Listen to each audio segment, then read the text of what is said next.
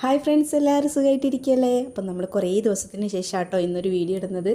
കുറച്ച് തിരക്കുകളൊക്കെ ആയിരുന്നു. അപ്പം സൗദി വിസിറ്റ് വിസയുടെ പുതിയൊരു അപ്ഡേഷൻ വന്ന് എല്ലാവരും അറിഞ്ഞിട്ടുണ്ടാവും. അപ്പോൾ അറിയാത്തവരാരെങ്കിലും നമ്മളെ വീഡിയോ ഒരുപാട് പേര് വാച്ച് ചെയ്യുന്നവരുണ്ട്. സൗദി വിസിറ്റ് വിസയുടെ ഒക്കെ അപ്ഡേറ്റ്സ് ഒക്കെ വാച്ച് ചെയ്യുന്നവരുണ്ട്. അപ്പോൾ അവർക്ക് അറിയാത്തവരാരെങ്കിലും ഉണ്ടെങ്കിലോ എന്ന് വിചാരിച്ചിട്ടാണ് ഞാൻ ഇങ്ങനൊരു വീഡിയോ ചെയ്യുന്നത് കേട്ടോ.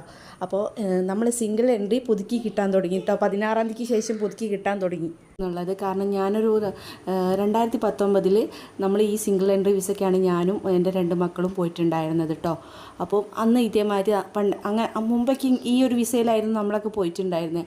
അപ്പോൾ ഇതേമാതിരി ഓൺലൈനിൽ നമ്മൾ പുതുക്കാലാണ്, വലിയ പൈസ ഒന്നും ആവാതെ ഓൺലൈനിൽ ചെറിയ 100 റിയാലെങ്ങാണ്ടോ അങ്ങനെ എന്തോ ആയിട്ടുള്ളായിരുന്നു. അന്ന് എൻ്റെ ഓർമ്മ എനിക്ക് കറക്റ്റ് ഇപ്പം അറിയില്ല, ഇപ്പം എത്ര വരുന്നതും ഒന്നും അറിയില്ല കേട്ടോ.